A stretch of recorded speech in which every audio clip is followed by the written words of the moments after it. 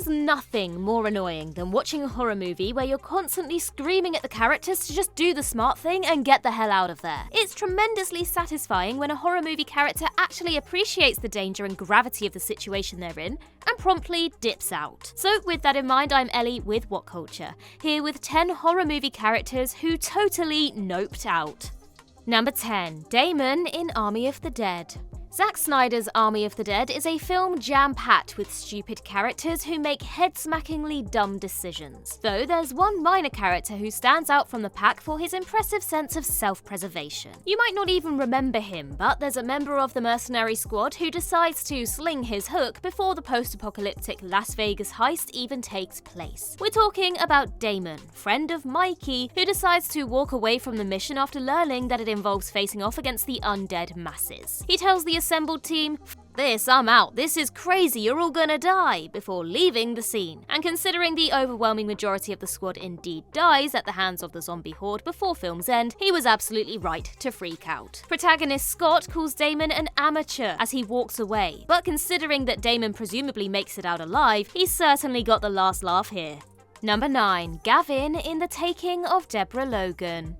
The Taking of Deborah Logan is an uncommonly memorable found footage film with a number of terrifically unsettling scenes, centered around a trio of students who are filming a documentary about the titular woman as she suffers with Alzheimer's disease. It isn't long before things get weird though, with a number of increasingly unexplainable events occurring within Deborah's midst. This especially concerns the most cautious of the students, Gavin, who after encountering a slew of unambiguously paranormal phenomena and having his life threatened several times, decides that he's had enough of it all. At the end of the second act, a thoroughly pissed off and scared Gavin walks out to his van and drives off, despite fellow students Mia and Lewis not only trying to convince him to stay, but straight up criticizing him for not being a team player. Seriously, the nerve. This only makes Gavin angrier as he points out all the terrifying impossible things they've just experienced, curses them both, and drives off into the night, never to return. Smart man, that Gavin. Smart man.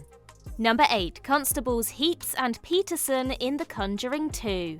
Where paranormal antagonists are concerned, there's generally no point in calling the cops, who beyond having no legal recourse to deal with a poltergeist or demon, I mean what are they gonna do, cuff them? Will most likely just assume you're suffering from a mental health crisis. This is quite hilariously confirmed in The Conjuring 2, when the Hodgson family begins experiencing aggressively violent supernatural phenomena in their home, and they call the cops. The police humour the family enough to show up and check that there isn't a human assailant hiding in the house, but once they see a chair get dragged through the hallway of the house, they get spooked and promptly take their leave. The two cops bluntly inform the family that there's nothing they can do about this problem, that it's entirely beyond them, which is absolutely true, before recommending that they get a priest involved. When you're facing off against a force that even the cops don't want to touch, you know you're in serious trouble.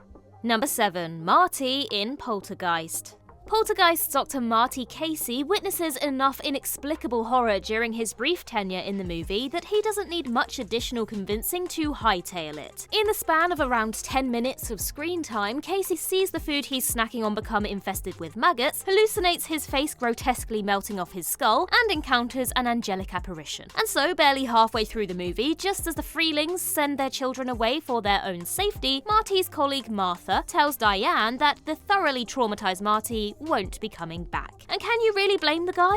Dude's mental health was evidently in the toilet after being horrifically trolled by a poltergeist 4 times over the course of a single night. You've got to look after yourself first, and let's face it, Marty was clearly in no mental state to help anyone else at this point. Number 6. Joel Jones in Scream 2. As self-aware a franchise as Scream might be, the characters themselves generally avoid doing the smart thing and just dipping the hell out of there. Save, of course, for Scream 2's quick-thinking Joel Jones. Gail's new cameraman, who only got the job after her previous cameraman Kenny was killed in the first movie, is pretty squirrely from the jump. Once poor Randy is slaughtered in the news van, that's all the prompt he needs to take his leave. Joel exits the movie at the end of the second act, literally taking a cab from Windsor College to get away from Ghostface, Gale, and basically everyone associated with the slayings. Joel does return for a 15-second cameo at the very end of the movie once the killers have been dealt with, though hasn't been seen in any of the subsequent sequels. Considering his sharp survival instincts, he's probably kept himself at least a few hundred miles away from Gale, Sydney, and Dewey at all times. Number 5. Matt in Skinwalker Ranch. Cult found footage film Skinwalker Ranch follows a scientific research team as they investigate supernatural phenomena at the infamous titular ranch, where the owner's son has disappeared. Throughout the first half of the movie, the scientists experience increasingly unsettling events, culminating in the crew's driver, Matt, standing in a field and getting violently thrown through the air by an unseen force. Matt survives the attack, but with an injured arm, prompting him to head to his van the next morning and leave the ranch. As he leaves, he tells the rest of the team that he's going to the ER to have his injuries treated and immediately flying home afterwards, and that if the rest of them were smart, they'd follow him, while pointing out that there's no logical explanation for what they witnessed the night before. Matt is absolutely right on all accounts, of course, and ultimately leaves just before the evil entity kills the rest of the crew one by one. Number 4. Brett in Lights Out.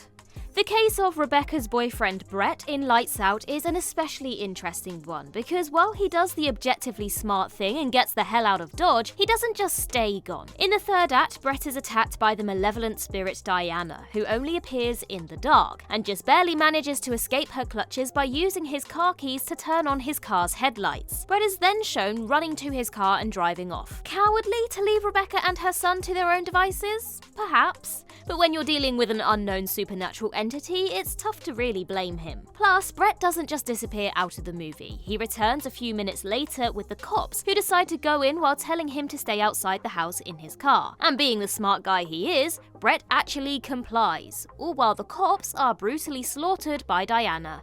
Number 3. Paul in Fresh.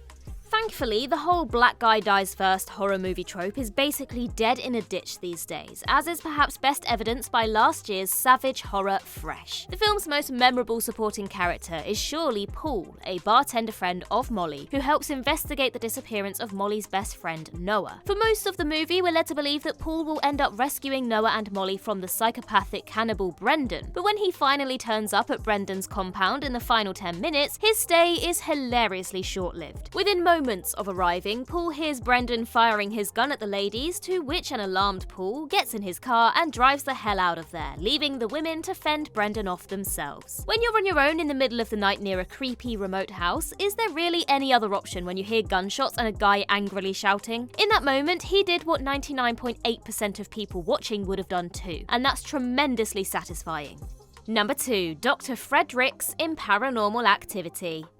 One of the most common tropes of supernatural horror movies is the eventual arrival of the expert, the priest, medium, psychic, demonologist, what have you, who explains the situation to the heroes and typically helps them vanquish the malevolent presence. But Paranormal Activity hilariously subverts this, as early on we're introduced to psychic Dr. Fredericks, who quickly outlines that protagonist Katie is being tormented by a demon. The demonic incidents become ever more terrifying into the third act, when Fredericks makes one final snappy appearance, returning to Katie and her boyfriend Mika's home to examine the growing demonic aura. Within seconds of entering the house though, Frederick states that he cannot help them because as a psychic he's only further aggravating the demon. Clearly rattled, Fredericks insists that he has to leave the house immediately, promptly bolting from the scene and leaving Katie and Mika to figure things out for themselves. And well, we all know how that went.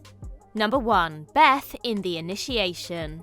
The 1984 cult classic slasher The Initiation revolves around a group of sorority pledges who are about to partake in an initiation ritual, breaking into a department store and stealing the night porter's uniform. Little do they know, however, that they're being stalked by a deranged killer who plans to pick them off one by one. That is, except for one of the 4 main pledges, Beth, who decides she's had enough of all the sorority hazing bullshit and calls out the utter stupidity of breaking into a department store before the ritual begins. As a result, the head of the sorority says they'll vote to kick Beth out tomorrow, but Beth quits on the spot, after which she leaves the scene to pack her bags. Considering that only one of the 3 remaining leads survives the movie, the final girl, Kelly, it's pretty safe to assume that Beth would have almost certainly been another victim had she actually stuck around.